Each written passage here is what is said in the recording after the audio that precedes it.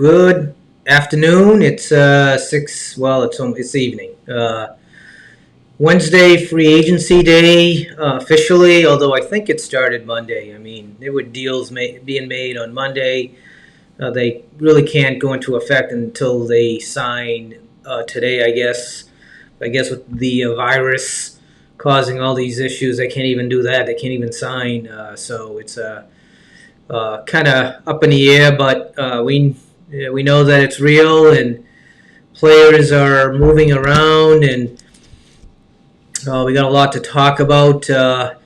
I'm actually feeling pretty good with what I'm hearing so far with the players that have moved on and the players that they're trying to bring in. I just got a text alert that we picked up a Michael. Is it a Michael Pierce or? See, it is Michael Pierce from. I guess he was with the Ravens. Is a big belly nose tackle that's going to replace one of the players that we lost. We'll talk about a little later. And I just want to say that this podcast is being brought to you by.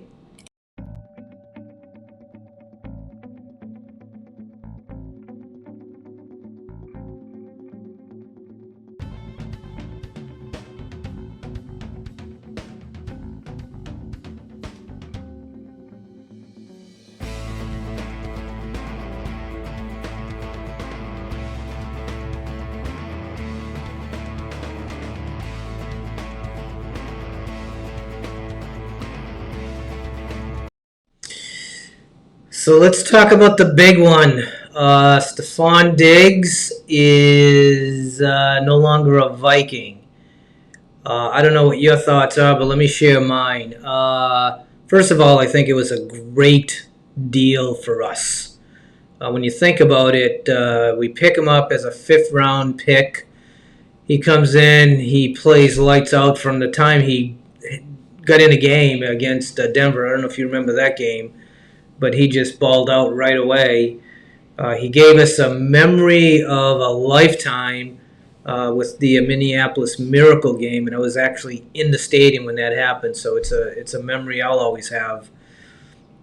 And I think moving forward, we get a first round pick out of this whole deal. So all in all, I think that's a great move. I mean, we pick a guy up in the fifth round. He plays unbelievable for us, and then when it's time to go, we get a first round pick out of him. It's not like we lose him to nothing. He walks out or we release him and we get nothing in return. We get not only a first round. I guess we get a fourth and a fifth and a seventh and this and that. I don't have the exact number of picks.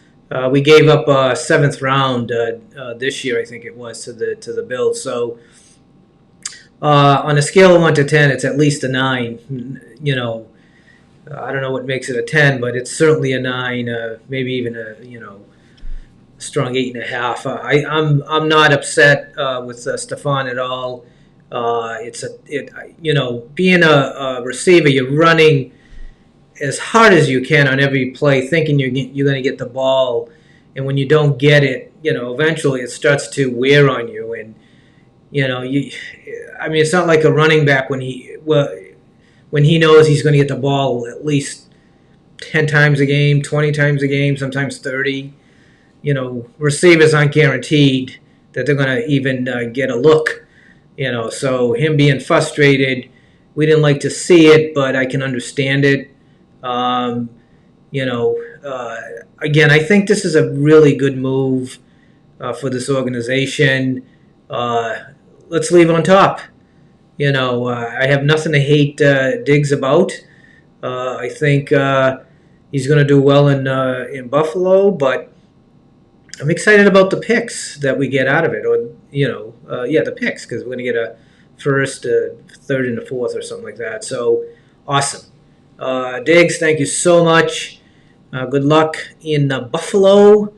It does get cold there too, so it's not like you're going to warm weather, but you're on the East Coast, which I know you like. Next guy is Josh Klein, and again, this one I like too because when I think of Josh Klein, I think of one word: concussion. His his head was getting very soft. I remember at least 2 times he had to come out of the game with a concussion, and that's not a good sign, especially when you're a lineman because you're butting heads every play, every offensive play. So if you're a guy who's prone to get concussions, it's going to prolong and it's not going to go away. And I got a tickle in my throat. So, I think that was a good move. I would have done the same thing if I was GM. I will never be a GM, but I can pretend. And I want to see what that Drew Simeon. I do. I'm not really good with names for some reason, but I think you know who I mean. I think he's got the attitude that we like, and I'd give him a chance, and I think we're going to give him a realistic chance. So I'm not too upset with Josh Klein leaving. I think that's a good move. I'd like to see the other guy on the other side get some competition. I don't think he was all that good, and I think you know who I'm talking about. But we shall see. Next guy I want to talk about is Trey Waynes. Cincinnati Bengals. I'm going to give him, I guess, average $14 million a year. Is that what he gets? I mean, was he that good? I don't know. I don't think so, but I guess it is what it is. I mean, you can't blame him, obviously. Would we pay him $14 million? Absolutely not. He can play and he's fast, but he mopes. He's always moping around, and he wasn't someone that you knew was going to do something good just about every game. You just never knew what you were going to get with Trey Waynes.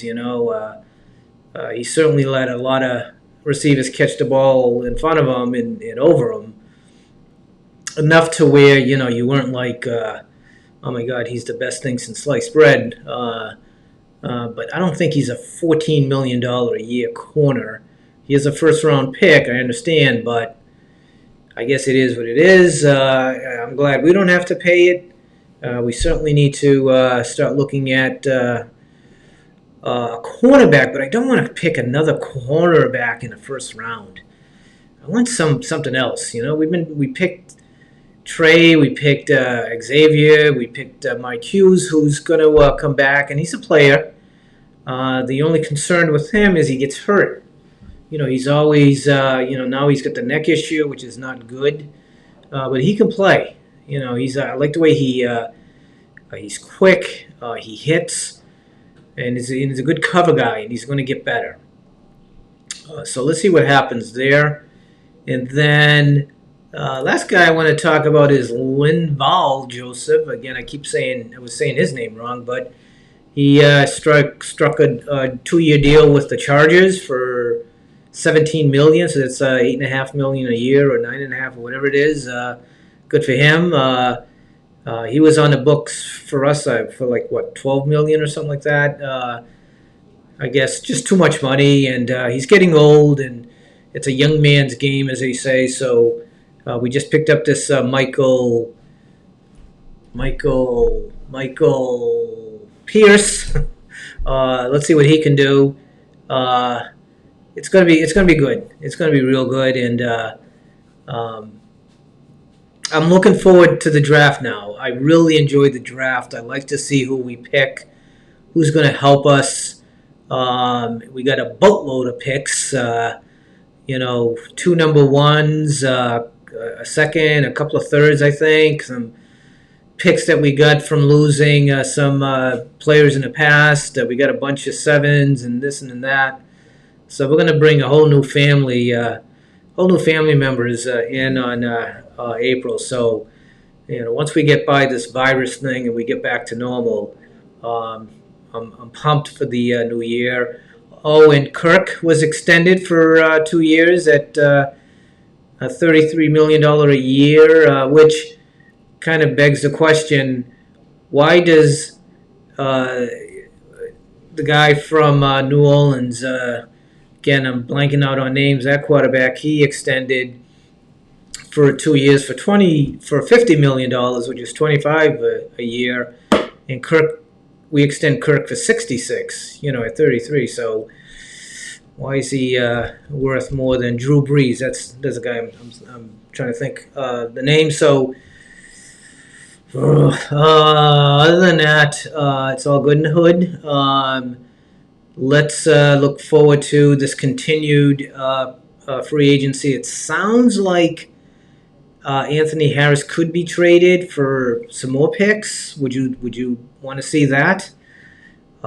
We shall see. And who else? Who else? Oh, we haven't heard. We lost Weatherly, and we lost. There was someone else that I can't think of, and but Everson Griffin is still kicking around here. So is he going to stay?